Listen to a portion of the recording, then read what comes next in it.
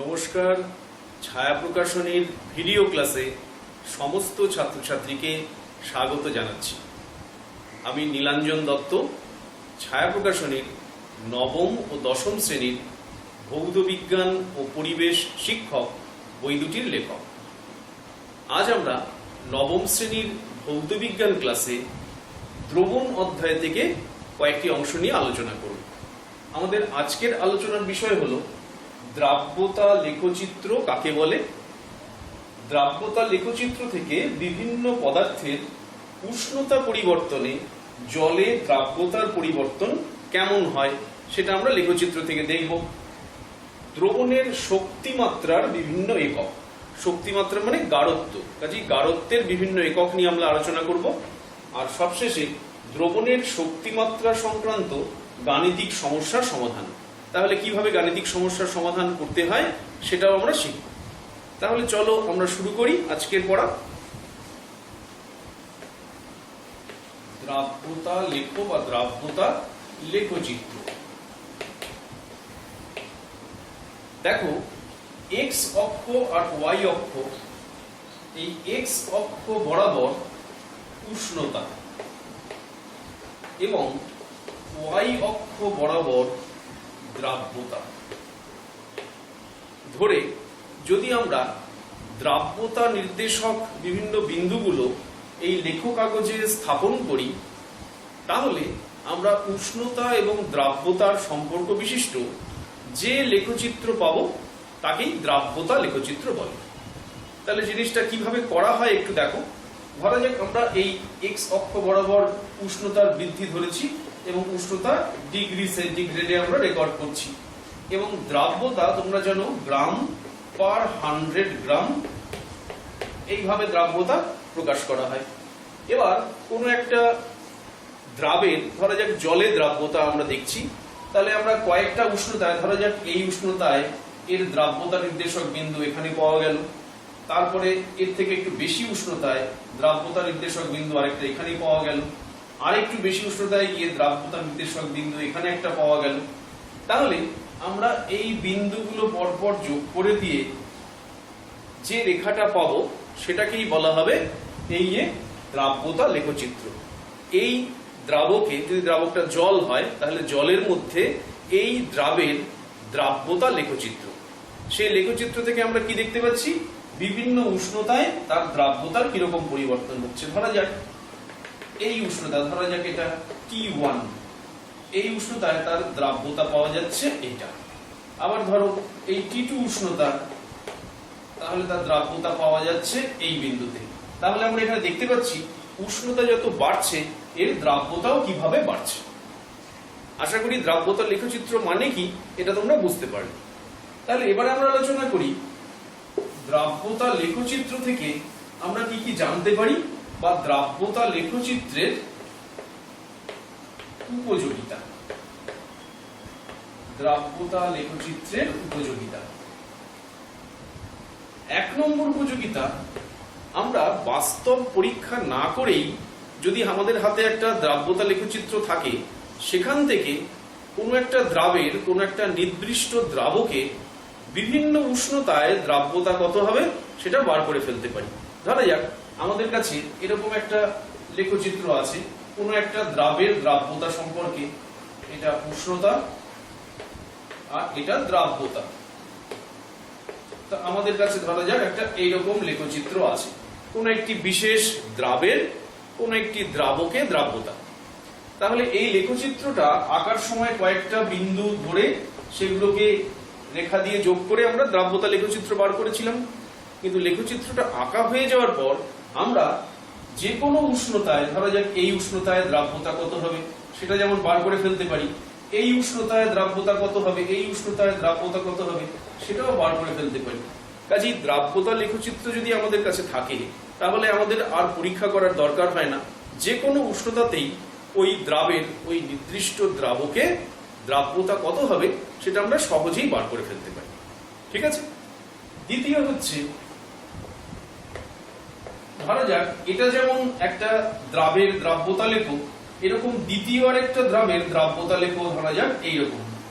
এটা ধরা যাক এ দ্রাবের দ্রাব্যতা লেখ, এটা হলো বি দ্রাবের দ্রাব্যতা লেখো একই দ্রাবকে। তাহলে এই লেখচিত্র থেকে আমরা এ এবং বি এর ওই নির্দিষ্ট দ্রাবকটিতে বিভিন্ন উষ্ণতায় দ্রাব্যতার তুলনা করতে পারি। যেমন ধরো, এই যে ধরা যাক এখানে একটা উষ্ণতা আমরা ধরলাম T1, এই উষ্ণতায় এই যে বি দ্রাবের দ্রাব্যতা হলো এই বিন্দুটা, আবার ওই উষ্ণতায় এর দ্রাব্যতা হলো এটা। তাহলে এই T1 উষ্ণতায় এখান থেকে আমরা বলতে পারছি যে এর দ্রাব্যতা বি এর তুলনায় বেশি। আবার যদি আমরা এইখানে একটা বিন্দু ধরি, তাহলে দেখো এই বিন্দুতে মানে T2 উষ্ণতায় এর দ্রাব্যতা পাওয়া গেল এইখানে, কিন্তু একই উষ্ণতায় বির দ্রাব্যতা পাওয়া গেল এখানে। তার মানে T2 উষ্ণতায় বির দ্রাব্যতা এর চেয়ে বেশি। তাহলে দুটো দ্রাব্যতা লেখো তুলনা করে আমরা বলে দিতে পারি যে একই দ্রাবকে দুটো ভিন্ন ভিন্ন দ্রাবের দ্রাব্যতা একটা কোনো নির্দিষ্ট উষ্ণতায় কারটা বেশি কারটা কম। ঠিক আছে। 3 নম্বর আরেকটা উপযোগিতা আছে। 3 নম্বর উপযোগিতা হলো, ধরা যাক কোনো একটা দ্রাবকে অনেকগুলো দ্রাব পদার্থ মিশে আছে। তাহলে লেখচিত্র দেখে তাদের দ্রাব্যতা লেখচিত্র থেকে আমরা বলে দিতে পারি ওই দ্রবণটাকে যদি আমরা ঠান্ডা করতে শুরু করি, তাহলে ওদের মধ্যে কোন দ্রাবটা সবার আগে থিতিয়ে পড়বে বা কেলাসিতে হবে। এটা তোমরা খুব সহজেই বুঝতে পারবে। দেখবে কোন একটা নির্দিষ্ট উষ্ণতায় যার দ্রাব্যতা সবচেয়ে কম, আস্তে আস্তে তারই থিতিয়ে পড়ার সম্ভাবনা সবচেয়ে বেশি। তাহলে উষ্ণতা কমিয়ে আনলে দেখা যাবে কম উষ্ণতায় এসে যার দ্রাব্যতা কম সেই আগে থিতিয়ে পড়বে। তাহলে এই তো গেল আমাদের দ্রাব্যতা লেখচিত্রের বিভিন্ন উপযোগিতা আমরা আলোচনা করলাম। এবার আমরা কয়েকটা পদার্থের দ্রাব্যতা লেখ দেখব এবং সেখান থেকে উষ্ণতা পরিবর্তনের সাথে সাথে তাদের দ্রাব্যতা কেমন ভাবে পরিবর্তিত হয় তার একটা ধারণা তৈরি করব। তাহলে প্রথমেই আমরা যে পদার্থটার দ্রাব্যতা লেখ দেখব সেটা হলো গ্লবার লবণ। গ্লবার লবণের দ্রাব্যতা লেখ। গ্লবার লবণ তার আসল রাসায়নিক সংকেত কি? Sodium sulphate Na2SO4.10H2। এর দ্রাব্যতা লেখর প্রকৃতিটা একটু অদ্ভুত। চলো আমরা দেখে নিই সেটা কেমন। এই দেখো, আমরা এক্স অক্ষ বরাবর উষ্ণতা আঁকলাম আর ওয়াই অক্ষ বরাবর দ্রাব্যতা আঁকলাম গ্রাম পার 100 গ্রাম। ঠিক আছে। এখানে আমরা স্কেল অনুযায়ী আঁকছি না, এখানে আমরা একটা গুণগত ধারণা দেওয়ার চেষ্টা করছি। তাহলে এর ক্ষেত্রে দেখা যাবে এর দ্রাব্যতা উষ্ণতা বাড়তে বাড়তে বাড়তে এর দ্রাব্যতাও বাড়বে, বাড়তে বাড়তে একটা শীর্ষবিন্দুতে পৌঁছবে। তারপরে আরো যদি উষ্ণতা বাড়াই তাহলে দেখা যাবে এর দ্রাব্যতা কমতে শুরু করছে। তাহলে এই যে শীর্ষবিন্দু বা সর্বোচ্চ দ্রাব্যতা, এটা পাওয়া যায় 32.38 ডিগ্রি সেন্টিগ্রেড উষ্ণতায়। কি বললাম? 32.38, এটা কিন্তু 32.4 ডিগ্রি সেন্টিগ্রেডও বলতে পারো। এই উষ্ণতায় গিয়ে এর সর্বোচ্চ দ্রাব্যতা পাওয়া যায়। তাহলে ব্যাপারটা এরকম হয় কেন, চলো সেটা একটু বোঝার চেষ্টা করি। সোডিয়াম সালফেট 10H2O মানে গ্লবার লবণকে যখন আমরা জলের মধ্যে নিয়ে, এই দ্রাব্যতা লেখটা কিন্তু জলে, জল হচ্ছে দ্রাবক, জলের মধ্যে দ্রবীভূত করার চেষ্টা করছি এবং উষ্ণতা আস্তে আস্তে বাড়িয়ে চলেছি, তার সঙ্গে সঙ্গে দেখা যাচ্ছে এর দ্রাব্যতা বাড়ছে। যখন উষ্ণতা 32.38 ডিগ্রি সেন্টিগ্রেডে পৌঁছচ্ছে তখন আসলে একটা ঘটনা ঘটছে। এখানে পৌঁছে কি ঘটনা ঘটছে? এই যে এর সাথে 10টা কেলাস জলের অণু আছে, এই কেলাস জলের অণুগুলো সোডিয়াম সালফেট কেলাস থেকে বিচ্ছিন্ন হয়ে যাচ্ছে। তাহলে এর পরে যে আমি দ্রাব্যতা লেখটা এঁকে চলেছি, এটা আসলে অনাদ্র সোডিয়াম সালফেটের। এর আগে পর্যন্ত মানে এই 32.38 ডিগ্রি সেন্টিগ্রেড পর্যন্ত এটা ছিল গ্লবার লবণের। তাহলে এখান থেকে এই পর্যন্ত হচ্ছে গ্লবার লবণের দ্রাব্যতা উষ্ণতার সাথে সাথে কিভাবে বেড়েছে। এরপরে এই উষ্ণতার পরে কিন্তু গ্লবার লবণের অস্তিত্ব আর নেই। তারপরে জলের অণুগুলো তার থেকে বিচ্ছিন্ন হয়ে যাওয়ার পর এরপর যে দ্রাব্যতা লেখের অংশটা আছে এটা হলো অনার্দ্র সোডিয়াম সালফেটে। তার মানে অনার্দ্র সোডিয়াম সালফেটের ক্ষেত্রে উষ্ণতা বাড়ালে আস্তে আস্তে দ্রাব্যতা কমে যায়। আশা করি তোমরা এটা বুঝতে পেরেছো, এটা বুঝতে খুব একটা অসুবিধা হচ্ছে না। আচ্ছা, এবার আমরা দেখব পটাশিয়াম নাইট্রেট এর দ্রাব্যতা লেখ বা লেখচিত্র। এর ক্ষেত্রে কিন্তু দ্রাব্যতা লেখচিত্রের চেহারাটা এইরকম। তার মানে উষ্ণতা যত বাড়ানো হবে এর দ্রাব্যতাও ক্রমাগত বেড়ে চলবে। তাহলে পটাশিয়াম নাইট্রেটের ক্ষেত্রে উষ্ণতা বৃদ্ধি করলে দ্রাব্যতা বৃদ্ধি পায়, সেটা আমরা তার লেখচিত্রের প্রকৃতি দেখে বুঝতে পারি। ঠিক আছে, এরপরে আমরা দেখছি সোডিয়াম ক্লোরাইডের দ্রাব্যতা লেখচিত্র। এর ক্ষেত্রে দেখা যায় কি, দেখো সোডিয়াম ক্লোরাইডের ক্ষেত্রে দ্রাব্যতা লেখচিত্রটার প্রকৃতি অনেকটা এইরকম। তাহলে কি বুঝতে পারছো এখান থেকে? সোডিয়াম ক্লোরাইডের উষ্ণতা বৃদ্ধি করলেও দ্রাব্যতার খুব একটা পরিবর্তন হয় না। ঠিক আছে, দেখতে পাচ্ছ যে এখানে উষ্ণতা বাড়িয়ে যাচ্ছি কিন্তু দ্রাব্যতার মান খুব একটা বাড়ছে না। তাহলে উষ্ণতা বৃদ্ধিতে সোডিয়াম ক্লোরাইডের দ্রাব্যতা খুব একটা পরিবর্তন হয় না। ঠিক আছে, শেষমেশ আমরা আরেকটা যৌগের দেখব। আমরা এখানে যে যৌগগুলোর কথা আলোচনা করছি এদের প্রত্যেকটি কিন্তু আমাদের সিলেবাসে উল্লেখ করা আছে। এছাড়াও তো অসংখ্য যৌগ আছে, তার সবগুলো আমাদের জানা সম্ভব নয়।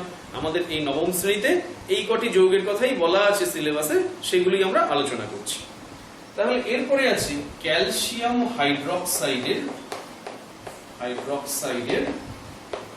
দ্রাব্যতা লেখচিত্র। তাহলে এর ক্ষেত্রে লেখচিত্রের প্রকৃতিটা অন্যরকম। এতক্ষণ পর্যন্ত আমরা দেখছিলাম যে উষ্ণতা বাড়ালে দ্রাব্যতা বাড়ছিল, এর ক্ষেত্রে লেখচিত্রটা একটু এইরকম হয়ে যায়। তার মানে উষ্ণতা বাড়ার সঙ্গে সঙ্গে দ্রাব্যতা লেখচিত্র কিন্তু আমাদের দেখাচ্ছে যে এর দ্রাব্যতা ক্রমশ কমতে থাকছে। যদিও এর কমার হারটা কম, কিন্তু তবুও এটা উষ্ণতা বৃদ্ধির সাথে সাথে কমতে থাকে। ঠিক আছে, তাহলে আমরা চারটে যৌগের দ্রাব্যতা লেখচিত্র নিয়ে আলোচনা করলাম এবং সেখান থেকে উষ্ণতার পরিবর্তনের সাথে সাথে তাদের দ্রাব্যতার কেমন ভাবে পরিবর্তন হয় সেটা আমরা দেখলাম। এবারে এসো আমরা আরেকটা বিষয়ে যাই, দ্রবণের শক্তিমাত্রার একক। শক্তিমাত্রার বিভিন্ন একক। এখানে যে শক্তিমাত্রা কথাটা বললাম এটার মানে আসলে গাঢ়ত্ব। তার মানে গাঢ়ত্বের বিভিন্ন একক। তো গাঢ়ত্বের বিভিন্ন একক হয়, বিভিন্ন একক ব্যবহৃত হয়। আমাদের সিলেবাসে 3টি এককের কথা বলা হয়েছে, আমরা সেই 3টে নিয়েই আলোচনা করব। তার মধ্যে 1 নম্বর হচ্ছে গ্রাম পার লিটার। ঠিক আছে, 2 নম্বর হচ্ছে ওয়েট বাই ভলিউম পার্সেন্টেজ, তার মানে ভর বাই আয়তন পার্সেন্টেজ শতাংশ, এবং 3 নম্বর হচ্ছে মোল প্রতি লিটার। এটাকেই আমরা বলি মোলারিটি। ঠিক আছে, তাহলে এই 3টে আমরা খুব সহজেই বুঝে ফেলব। গ্রাম পার লিটার মানে কি? 1 লিটার দ্রবণে যত গ্রাম দ্রাবক আছে। ঠিক আছে, তাহলে 1 লিটার দ্রবণের মধ্যে যত গ্রাম দ্রাবক আছে সেটাই হবে গ্রাম পার লিটারে তার গাঢ়ত্ব বা শক্তিমাত্রা। তারপরটা কি? ভর বাই আয়তন শতাংশ। তার মানে 100 মিলিলিটার দ্রবণে যত গ্রাম দ্রাবক আছে। তাহলে 100 মিলিলিটার দ্রবণের মধ্যে যত গ্রাম দ্রাবক দ্রবীভূত হয়ে আছে সেটাই হবে W/V পার্সেন্টেজ, এই এককে দ্রবণের শক্তিমাত্রা। আর মোল পার লিটার বা মোলারিটি কি হবে? 1 লিটার দ্রবণে যত মোল দ্রাবক দ্রবীভূত হয়ে আছে।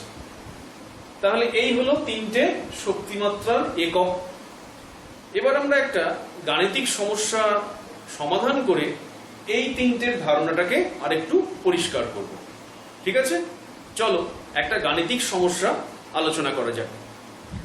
তো তোমাদের সঙ্গে নিশ্চয়ই খাতা পেন আছে, তা তোমরা এটা একটু লিখে নেবে। সমস্যাটিতে বলা হয়েছে 4 গ্রাম NaOH 4 গ্রাম NaOH 500 মানে 500 মিলিলিটার আয়তনের 500 মিলিলিটার আয়তনের জলীয় দ্রবণে দ্রবীভূত আছে।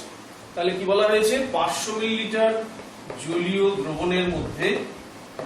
দ্রবণের মধ্যে 4 গ্রাম সোডিয়াম হাইড্রোক্সাইড দ্রবীভূত আছে। এর গাঢ়ত্ব প্রথমে বলা হয়েছে গ্রাম পার লিটার এককে বার করো, তারপর বলা হয়েছে W/V মানে ভর বাই আয়তন পার্সেন্টেজে বার করো, এবং তারপরে বলা হয়েছে মোল পার লিটার বা মোলারিটি এককে বার করো। এসে আমরা এই সমস্যাটার সমাধান করি। তাহলে প্রথমে বলা হয়েছে 500 ml জলীয় দ্রবণে আছে 4 গ্রাম NaOH। তাহলে আমরা এ অংশের সমাধান করছি। 500 ml দ্রবণে NaOH আছে 4 গ্রাম। ঠিক আছে, আচ্ছা 1 লিটার মানে কি? 1 লিটার মানে 1000 মিলিলিটার। তাহলে আমাদের বার করতে হবে 1000 মিলিলিটার দ্রবণে NaOH আছে, তাহলে 4/500 গুণ 1000। তাহলে এই ক্যান্সেল হলে তাহলে পেলাম আমরা 8 গ্রাম। ঠিক আছে, তাহলে আমরা পেলাম 1000 ml বা 1 লিটার দ্রবণের মধ্যে দ্রবীভূত হয়ে আছে 8 গ্রাম সোডিয়াম হাইড্রোক্সাইড। তাহলে আমাদের উত্তর হবে কত? অতএব এর গাঢ়ত্ব বা শক্তিমাত্রা হবে 8 গ্রাম পার লিটার। 8 গ্রাম পার লিটার হবে। ঠিক আছে, আশা করা যায় বুঝতে কিছু অসুবিধা হয়নি। দ্বিতীয় অংশের উত্তর। এখানে বলা হয়েছে 500 ml দ্রবণে NaOH আছে 4 গ্রাম। ঠিক আছে, তাহলে আমাদের W/V পার্সেন্টেজে বার করতে হবে কি? 100 ml দ্রবণে NaOH আছে 4/500 ইনটু 100 এত গ্রাম। তাহলে এই হয়ে গেল 5, তার মানে 0.8 গ্রাম। ঠিক আছে, তাহলে আমরা কি লিখব? শক্তিমাত্রা 0.8 ওয়েট বাই ভলিউম পার্সেন্ট। ঠিক আছে, তাহলে দ্বিতীয় অংশের উত্তর আমরা বার করে ফেললাম। এর W/V পার্সেন্টেজে উত্তর হবে 0.8। এবার আমরা শেষ অংশে যাই। এটা একটু ভালো করে লক্ষ্য করো। তাহলে সি বা শেষ অংশে আবার আমরা লিখছি 500 ml দ্রবণে NaOH আছে 4 গ্রাম। তাহলে মোল পার লিটার, তাহলে 1 লিটারের মধ্যে কত গ্রাম আছে আগে বার করি। তাহলে 1 লিটার বা 1000 ml দ্রবণে NaOH আছে 4/500 ইনটু 1000। তাহলে এটা বেরোলো 8 গ্রাম। এবার দেখো NaOH এর ক্ষেত্রে 1 মোল NaOH মানে কত হবে? সোডিয়াম হলো 23, অক্সিজেন 16, হাইড্রোজেন 1, এত গ্রাম। তার মানে এটা 40 গ্রাম। 1 মোল সোডিয়াম মানে হলো 40 গ্রাম সোডিয়াম। তাহলে এই 8 গ্রাম মানে কত? 8 গ্রাম NaOH মানে কত হবে? 8/40, তার মানে 5/8 40, তার মানে 1/5 মোল হবে। তার মানে 0.2 মোল। তাহলে আমরা কি পাচ্ছি, এই 1 লিটার মধ্যে 1 লিটার দ্রবণের মধ্যে 0.2 মোল NaOH দ্রবীভূত হয়ে আছে। তাহলে আমরা উত্তরে কি লিখব, দ্রবণের শক্তি মাত্রা 0.2 মোল পার লিটার বা 0.2 মোলার। ঠিক আছে, আশা করি তোমাদের বুঝতে কিছু অসুবিধা হয়নি। তাহলে এই বিভিন্ন এককে আমরা কিভাবে দ্রবণের শক্তিমাত্রা প্রকাশ করি সে সম্পর্কে তোমাদের একটা ধারণা হলো। তো এরপরে তোমরা আমাদের যে টেক্সট বই আছে ছায়া প্রকাশনীর সেটা এবং আমাদের ছায়া প্রকাশনীর ভৌত বিজ্ঞান ও পরিবেশ শিক্ষক এই বই দুটো একটুখানি দেখবে। এর মধ্যে আরো অনেক সমস্যা দেওয়া আছে, সেগুলো থেকে তোমরা একটু অভ্যাস করো, তাহলেই এই ব্যাপারটা সম্পর্কে তোমাদের আর কোনো ভীতি থাকবে না। এবার চলো আমরা ছায়া প্রকাশনীর ভৌত বিজ্ঞান ও পরিবেশ শিক্ষক নবম শ্রেণীর বইটা একটু উল্টে দেখি। দেখা যাক আমরা আজকে যে অংশটা পড়লাম সেখান থেকে কি কি প্রশ্ন এখানে দেওয়া আছে। তোমরা জানো যে এই বইতে বিগত বছরগুলোতে বিভিন্ন স্কুলের পরীক্ষায় যে সমস্ত প্রশ্ন দেওয়া হয়েছে তার অধিকাংশই এই বইতে আলোচনা করা হয়েছে। তাহলে আমরা সেই প্রশ্নগুলোর মধ্যে একবার চোখ বুলিয়ে নিই। দেখো এখানে দেওয়া আছে একটা প্রশ্ন আমরা দেখতে পাচ্ছি, কোন দ্রবণের গ্রাম প্রতি লিটার শক্তিমাত্রা কি? তো এটা তোমরা এখনই শিখে গেছো, এই একটু আগেই তোমরা এটা থেকে অঙ্কও করেছো। তারপর দিয়েছে কোন দ্রবণের মোলারিটি বা মোল প্রতি লিটার শক্তিমাত্রা বলতে কি বোঝো, উদাহরণ দাও, অথবা মোলারিটির সংজ্ঞা দাও। এটা আমরা ইতিমধ্যেই শিখে গিয়েছি। আচ্ছা, এবার একটা প্রশ্ন দেওয়া হয়েছে যে মোলার মাত্রা উষ্ণতার উপর নির্ভরশীল কেন? আচ্ছা, এটা কিন্তু আমরা একটু বুঝে নিই। এখানে আমরা যে তিনটে এককের কথা বললাম, প্রতি ক্ষেত্রেই আমরা বলেছি যে এত আয়তনের দ্রবণের মধ্যে এত গ্রাম বা এত মোল দ্রব্য দ্রবীভূত আছে। তাহলে যখনই আমরা দ্রবণের আয়তনের কথা বলেছি, উষ্ণতার পরিবর্তনে সেই আয়তনের পরিবর্তন হবে। তাহলে আমরা যে তিনটে একক বলেছি, এই তিনটে এককই কিন্তু উষ্ণতার উপর নির্ভরশীল। তার মানে উষ্ণতা পরিবর্তন হয়ে গেলে এই গাঢ়ত্বগুলোও কিন্তু পরিবর্তন হয়ে যাবে। আশা করি এটা মনে রাখবে। তারপর দেওয়া হয়েছে দ্রাব্যতা লেখো কি?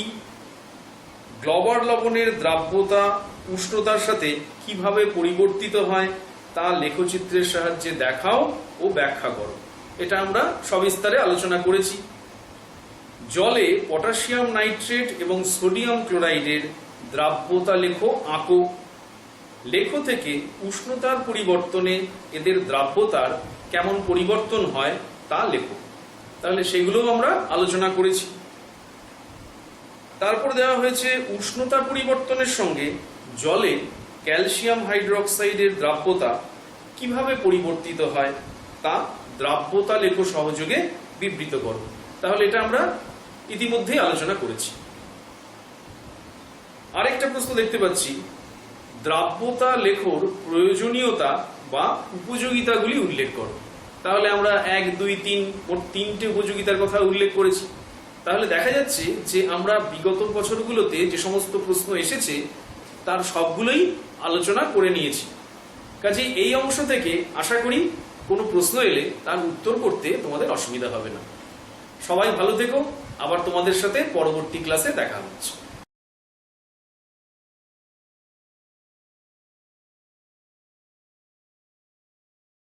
সঠিক প্রস্তুতি মানেই দরকার ছায়া প্রকাশনীর শিক্ষক সিরিজের বই।